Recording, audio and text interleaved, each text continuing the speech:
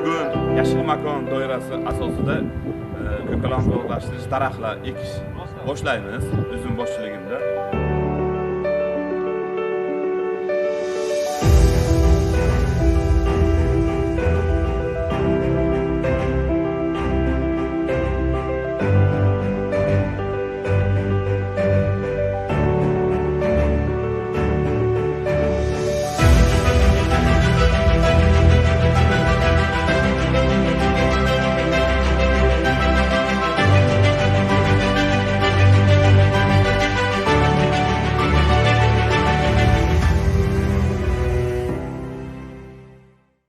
Xo'jayjon savdo kompleksida Yashil makon doirasida ishlar tashkil etildi.